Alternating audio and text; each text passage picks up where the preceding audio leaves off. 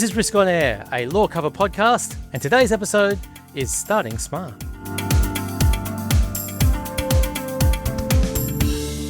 Welcome to Risk on Air. I'm Julian Morrow, and today we're talking about starting smart risk management when starting your own legal practice. And I'm very pleased to say that we're joined by Jodie Gwynne Jones, who's the principal solicitor and sole practitioner at Harper Jones Law. So she's done it all before. Jodie, welcome. Thank you, Julian.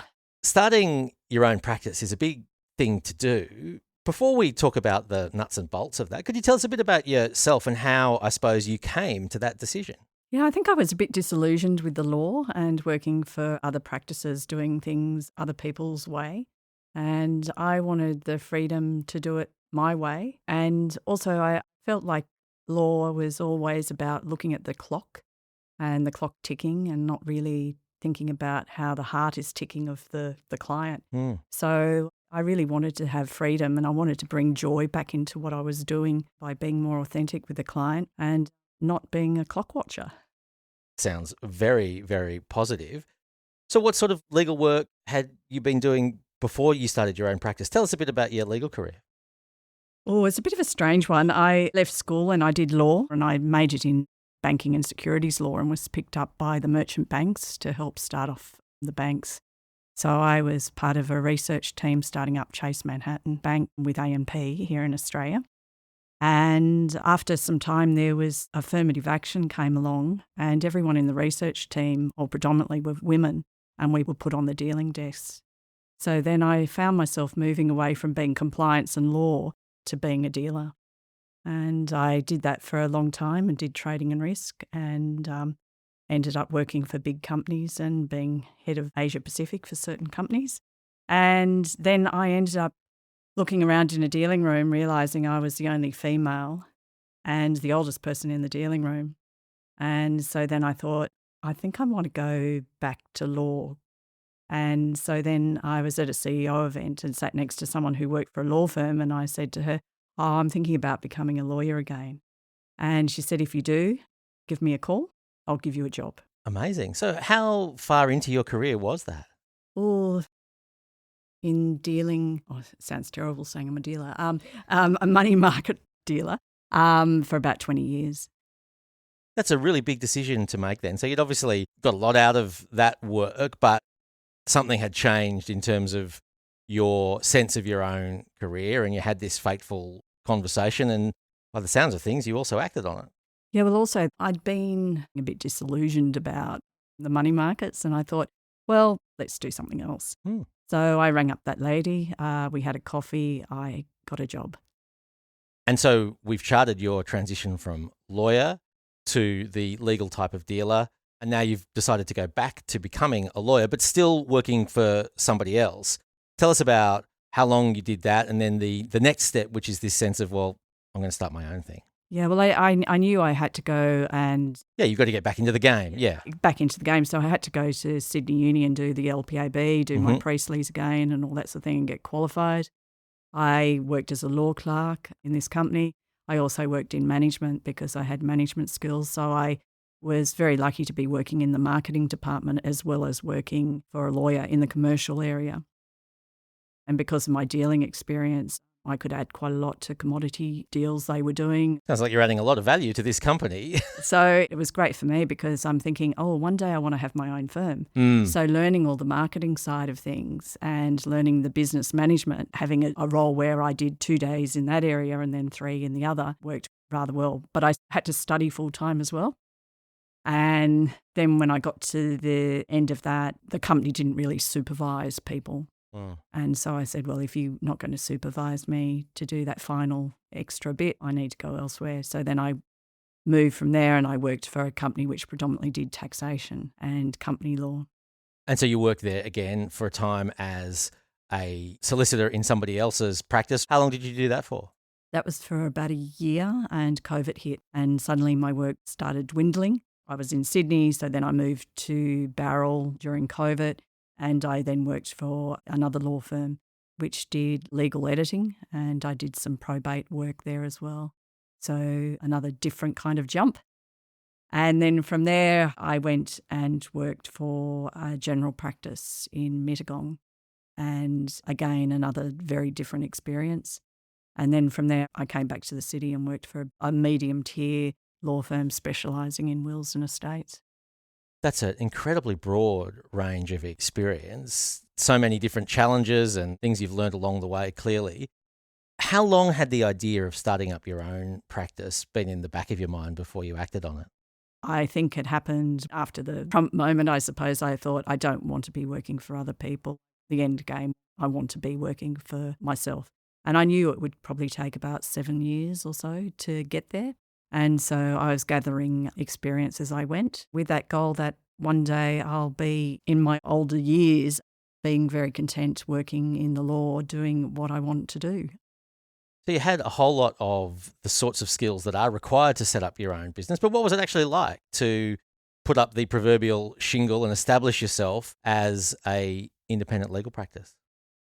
Scary. I think when I resigned from my job and I thought, oh dear, I'm going to do this. And I did think it's now or never. And also with the AI coming in, I was working at a legal practice which didn't want to even have the conversation about it. Mm. And I'd been also studying a master's and I realised how useful it was. And in doing a master's as AI came in and having all those discussions, but also seeing how the universities were coping with how to deal with AI and how we could work with AI.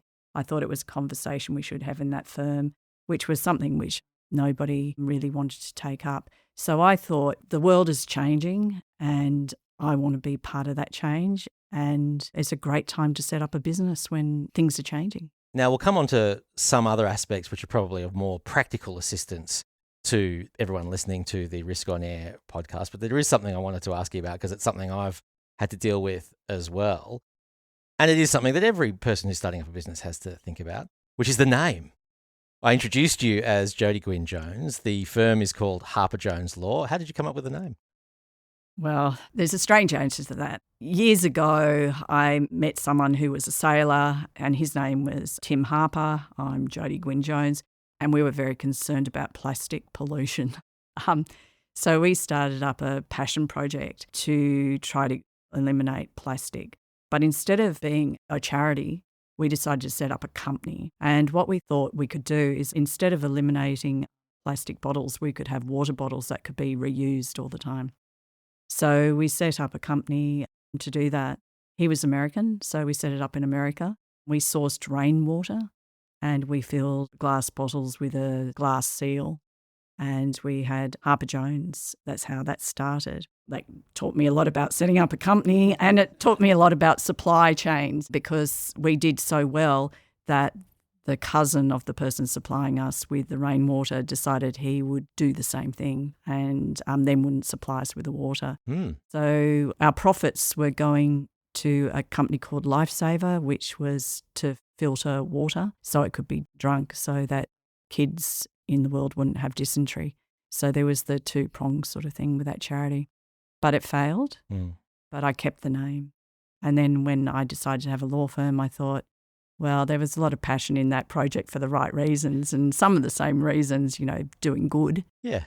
So that's why it's Harper Jones. And I don't tell that story very often because I'm very glad I asked. It is such a big answer. Yeah, that's really, really interesting. But it is something that all people who are starting a law practice, and perhaps I suppose in law, there might be a tendency to answer that question in a slightly more straight down the line way. But you do have to have a name for your business and perceptions can arise from the way you structure that name. With time, it's your reputation that attaches to the name. But at the beginning, it can be the other way around. Well, I talked to a marketing person before I decided to go with that name, like keep the name, I suppose.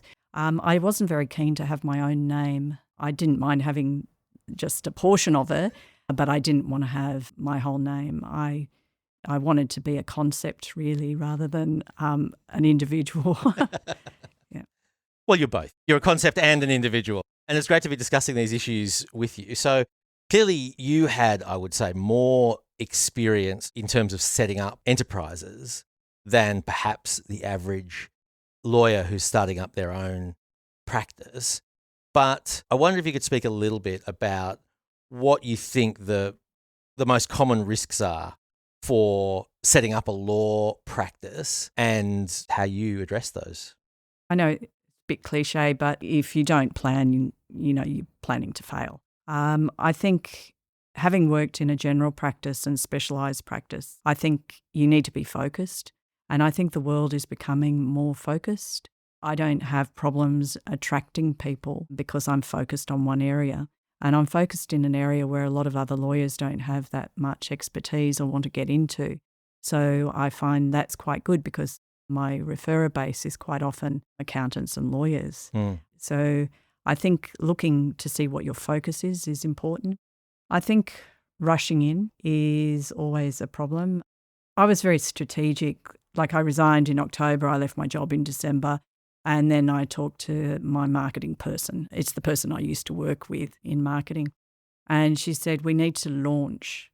And I went, oh, okay. It's a one-person practice. She said, no, we're going to launch. And I had my business plan, which I'd been developing over quite a few years, really. And then that business plan, she just said, right, we'll look at that and then we'll launch. And so that intervening period between January and March is what our launch date was very difficult to just hold, because everyone was saying, oh, you've got to start now, you'll lose money, what are you doing? And so being very calm and collected and setting up was so important. And I was worried that this was, oh, what am I doing? But I set up my systems, I set up my accounts, I set up my trust account, I set up everything, my marketing and everything, my brand, my photography, and then launched. And launching isn't like a big fanfare sort of thing, but it meant that everything on my website, LinkedIn, everything went off in one go. And I was sitting there with my LinkedIn. I said to my marketing lady, Sally, oh my goodness, I've got 100 hits. And she said, oh, right. She said, just keep watching. Well, we got up to 4,000 and I was just like beside myself. I would never have imagined doing it properly could have been so good. And then the other thing is I got 700 followers. So the thing is that by holding my powder and doing it properly went very well because she did things which I can't do. And from that launch, people were saying, oh, would you consider being a director on my company? I work in wills and estates. Can you do my will? Can you consider my estate? Can you do this? Can you do that? So that's basically, I suppose that's a long answer, but don't rush in. Plan and do it properly. Yeah. You mentioned setting up your trust account. I wonder if you could speak a little bit about the compliance and regulatory challenges and maybe things that you were expecting and some things that you weren't expecting in that process. I didn't expect there to be so many, and it just seemed to be like a domino effect. Like you think you're doing one thing and then it goes, oh, and you need this and you need that and you need this at the bottom of your letterhead. And so everything comes with a cost as well. So you think something is rather simple and then then you've got to pay for more and more and more. So the compliance was quite big. The trust account, for instance, I didn't realise I needed a dedicated trust accountant that has to look at my trust accounts each month, and I have to pay them each month for basically collecting my information till the end of the year when they put things in. So that was a surprise. It sounds like that would be quite a big cost as well. Well, yeah, it is. It's one of the few things I do myself is my trust account. Because I tried to get someone to do it and they couldn't do it. So then I was in a situation where it was due the next day. So I learned how to do it and I thought really it was actually quite easy. But then I have to send it off to the authorised trust accountant. And there's only so many and they're listed at the Law Society. So that was a bit of a surprise. Yeah, so that's a couple of $1,000 which you just don't really think of. How long did it take you to get all the regulatory balls in a row? Well, not very long, probably a month, I would say. One of the problems was the business name because I'd let it lapse and then I had to reactivate it. So that meant that I had to convince ASIC I was the same person, but doing something different. And then I was repurposing a company from one thing to another. So I had to sort of like do that. But that was part of my just get organised in that first 3 months. So I wasn't panicking and I wasn't doing things on the fly. I just kept on going. And the Law Society and Law Cover were very good because you just ring them up and say, have I got everything? Have I got everything? Have I missed something? and they would work things through with me. So So you that's found good. both the Law Society and Law Cover, if you rang up and just said, well, here's the situation I'm in, that they were good sources of information and resources available that could assist. Brilliant. Yeah. They're my friends. They are my friends, and I do use them quite a bit actually because of education. They've got good websites. They've got good information. The people are very kind and generous with their time. And if I get into ethical dilemmas, just fantastic, because ethical dilemmas come up quite frequently and I don't have someone else to bounce off. Mm. So I ring them up and bounce off those ethical dilemmas. And I find I don't have a dilemma afterwards because they're very clear on what I should or shouldn't be doing. Or if I've lost my independence as a solicitor, they'll say, no, you've lost it, just step away. Or no, you're fine. Or a wise lawyer would. And so no, I think that's really important. We're speaking with Jodie Gwynne Jones of Harper Jones Law about starting smart risk management when you start your own practice. And you've spoken, Jodie, about the importance of taking time to set up properly, but alluded also to the fact that time is money and that the costs that you'll incur in setting up a business are going to be substantial. And the longer you have to set up before income comes in, the bigger those costs are going to be. Could you talk about, in a broader sense, how you looked at the question of profitability in the startup phase and then beyond? So my first phase, because I'm still in the first phase, is year one. Mm. Okay, so having a year one plan, and the year one plan is not to employ anyone in the first year, except for myself, I suppose. And the way I look at profitability is that if I can pay the costs, all my costs, and I can pay for my mortgage and I can pay for my food, happy days. I think in the first year, you have to really be focused on building. So you have to go to networking things. You have to become a member of something. You have to be seen. And that's one thing this year has taught me is that if I go out and see people, I get business. People don't go on LinkedIn and try to find you. There's a relationship thing. Some person or something has sort of linked that person into coming to you. So I find that networking is important. So I've joined the Women's Club. I've joined Australian Institute of Company Directors. I've joined all these different organisations, one, to learn more, but two, to be able to network. So profit in the first year, I think I was very lucky that my launch was so good that I was breaking even in the second month. Mm. And I haven't really looked back from that because I found from there people have referred and it keeps on going on. How did you work out your pricing model? I worked out my pricing model by having worked in other companies, I suppose, and seeing what I thought was and wasn't fair.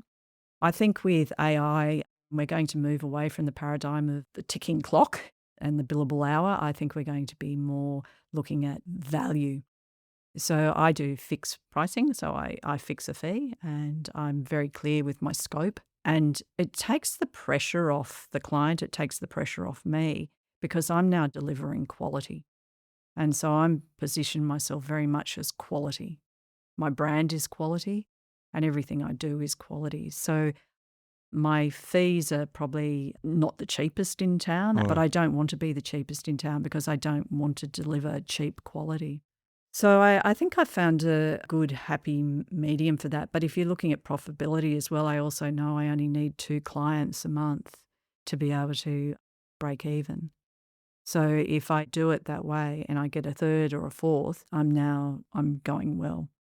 So I'm looking at it from those sort of point of views because I think you've really got to be focused on what you're building. And I'd much rather be consultative and be quality driven than to be number driven.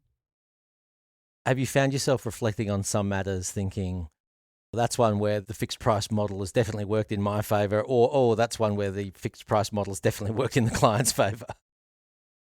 Oh, I think I would say there hasn't been one which has worked in my favour yet.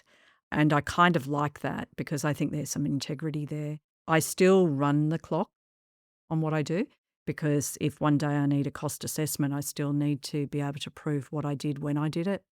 And so what I'll do is I might have a bill which on a time basis would be $12,000, for instance. I'm just making this up. But when I go to do my fixed fee and I'm charging someone, say, $3,000, I do a but-for invoice. So then they can see everything I've done on a time basis, and then they can see that we've agreed to this price. They're getting a chunk of time, which could have been, if they were in a big law firm, $12,000, and I've charged them, say, $3,000. Right. Well, that's a very good way of conveying the value proposition to a client who, as you say, could be thinking about working with a bigger firm that would have a different pricing structure. It reinforces your value proposition when you bill. It does. And then I have had people who've gone beyond the scope, and it's quite good when you've scoped it really quite well. Like, I don't have a scope which is like, 3 points. It might be, say, 10 points, like even down to I'm going to be storing your will, I'm going to be giving you certified copies, I'll be doing this and that. So everyone's very, very clear. But then when we go beyond the scope, they're very clear about that. And when I've gone beyond the scope, people have been happy too. When you start up your own business, it is all consuming, almost inevitably. Have you dealt with the challenge of managing your own time? Ooh, I'm a firm believer that you've got to have mind, body, soul. And if you don't keep the three in balance, you've got a problem. So I get up at 6:30 every morning. I exercise for about an hour. I have breakfast, I have a cup of tea, and then I get into it. But I said right at the beginning, one of the reasons I wanted to be in my own business is to have freedom, joy. And by being able to manage my time and having those other things in my life is important. And for my mind, I study French. I am terrible at it, but it gives me something else to put my mind onto. And for my soul, I sound like I do a lot. I go to philosophy classes and talk, which is a casual sort of philosophy class, and just talk about philosophy. So I think having my work life pivot with all those things in it is important. They're all timetabled. They're in my calendar. They're in my diary. And so I look at my days and I go, yep, that's what I'm doing. Mm. We've talked a little bit about this in the area of trust accounting, but could you give us your reflections on outsourcing and, I suppose, the balance between maintaining the right level of supervision, knowledge and control that you need to acquit your professional responsibilities versus the benefits of having expert professionals who are third parties provide services that you need? I very much believe in outsourcing. My marketing lady, Sally, we talk on a regular basis, and I call her Jiminy Cricket because she is like my conscience. And I know that I've got a meeting booked with her, say, on a Monday at 11. I am going to be focused on that marketing then. Last week, we spoke about Christmas cards, which is something I wouldn't have thought of, right? Mm. And she said, no, she's talking about next year, how we move things along. And so the thing is that to have that outsourced to her is just fantastic. I've outsourced, I've got a system that an off-the-shelf sort of system. Practice management system. Yep, a practice management system. So that saves me a lot of time. I don't really have to think about my processes or where I'm storing and things. And that's got now AI built into it, which means instead of having an open AI, I've got a closed AI. I've studied a master's, so I can put all my master's material into a matter and use that as a database.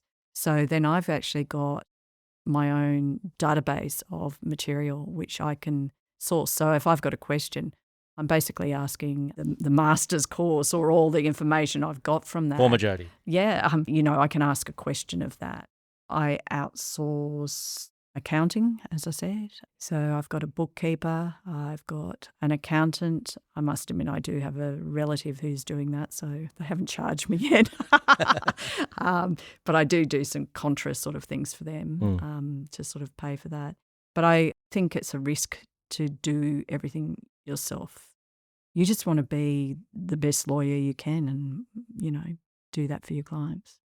It sounds like you had the good fortune to have quite a few clients come in after your successful launch. Have you ever had to turn down a client due to risk concerns? Yes. Could you give us a sense of what the challenges were there and how you dealt with them? So it was early on. And a friend referred this person. They had problems with security compliance. And so because of my background in banking and stuff like that, they thought I would be a good match. It wasn't where I wanted to go. I just wanted to be focused on wills and estates and everything to do with wills and estates, but that was outside of my area. So I started talking to him thinking, oh, my family's right. I'm mad holding on. I'm mad to be focusing, because that's the feedback I was getting from family, is that, you know, what are you going to do? You're going to lose your house. You're going to lose everything if you don't start doing some work. And so they gave me this person. And I could tell that he wasn't responding to meetings. He wasn't doing things. And it wasn't where I was comfortable being. And I could see it was going to end up in litigation. And I thought, I'm going to spend the next 2 years doing this one area of law I don't particularly want to be in. And so then I just said, look, I can't do this. I can't represent you. I won't charge you. I'll recommend you to these 8 other people who do that. I'm sorry. Thank you. So that was quite hard, because that was right in the early days. I have stepped away from other people where there's been a conflict. Yeah, so I got conflicted out of one, which I could have kept on going with, I suppose, but I didn't want to have a loss of integrity. I wanted to do it properly. Again, I talked to Law Cover and to the Law Society, and they were very clear. No, you're no longer independent. I wanted to talk a little bit more about the way and the modes that you use to engage with clients. Your website says Sydney, Southern Highlands. We heard a little bit about COVID and moving to Barrel and those sorts of things, online and remote as well.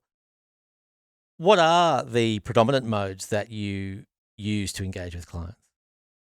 Well, because I'm doing estate planning is like a stepped approach, you've got to meet with people at various stages. I generally ask the person what they'd like. And predominantly, I would say 99% of the time, people, the first meeting, want to meet you on Zoom, because people have families, they have other things. But in a wills and estates situation where if you're updating it, you're going to have to meet them, because you're going to have to execute. So I find being flexible is really good. You know, I've travelled to the country out near Goulburn, I travel around, but I genuinely like people. So for me to go and, you know, to Towlong at the back of nowhere meeting a family, for me is a thrill. I think this is great. This is great. I'd love to do this. So I'm just flexible. And that's part of having quality, I think, what suits the client. Yeah, so I'm not really rigid. And I think in this first year, not being rigid has been important, because I thought most of my business would come from the country, Barrel, where I was, and I still am. But I've found it's really predominantly come from my banking colleagues, which I never thought were going to be where I'd get my business from. Well, I imagine that it's a lot of people hearing that that's what you've done and thinking, as so many people do, oh, I've been meaning to do something about my will or someone's will. And I can imagine that that could produce quite a steady flow of business. Well, it has been. It has been. And I think I'm approachable and I enjoy doing it. So it hasn't been a problem. You've already spoken about one moment where, you know, the red flag went up. You thought, oh, this could go wrong. Have you had others?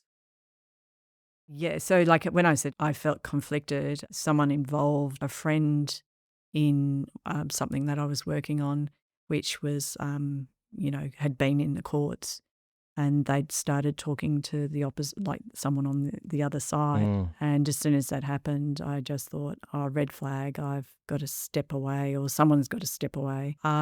Because I've got such a strong commercial background, I do a lot of commercial stuff in my wills and estates, like companies or succession and stuff. But I do get people trying to draw me into doing a lot of commercial stuff, which that's a red flag for me, because that means that I'll be spending a long time with that person and it'll be distracting. The expectations of people in the commercial world is different to the personal world, which I think wills and estates sort of come into that personal world rather than the corporate world. If you could give people contemplating starting up their own practice one do and one don't, what would they be? Oh, the first thing that came into mind is do it. Do start the practice. Do it. So that's maybe in between. Just do it, because I think there's a real lack of good lawyers who are game enough to go out into business. There are a lot of working for other people, and it's quite hard working in a law practice. It is hard.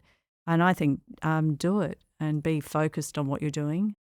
You've been passionate to be a lawyer, and I do believe in a lot of ways it is a calling because you're helping people. So do it.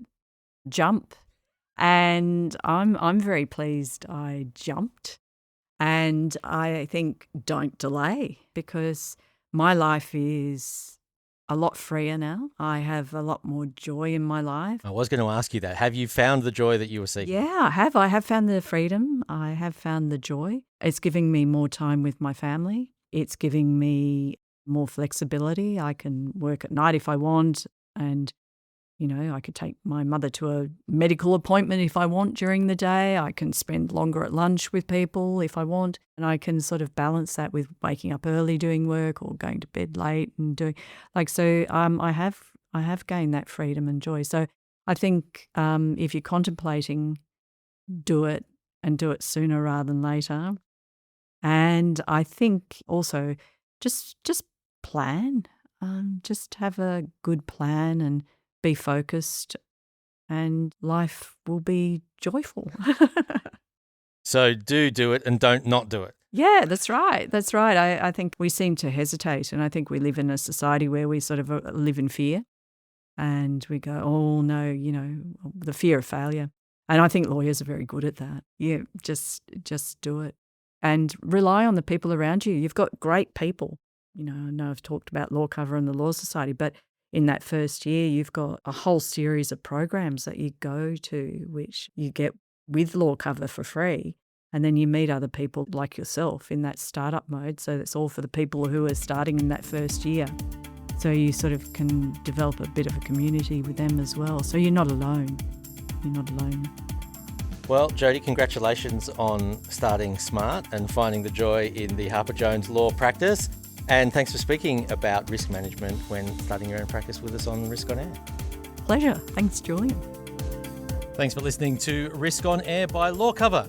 Go to lawcover.com.au for more risk management information, and I hope you can join me again for more Risk on Air or for Law Cover's upcoming and brand new podcast. It's the phone call no one wants to get. Yeah, g'day, I'm calling you because there's been a suspicious transaction on one of your accounts. And the phone call that could well be a lawyer's worst nightmare. It's a trust account? That's Law Cover Confidential, the show that mixes one genre of podcast, legal risk management education, with another, slightly more popular genre, true crime. Check out Law Cover Confidential in your podcast feed soon or via the Law Cover website.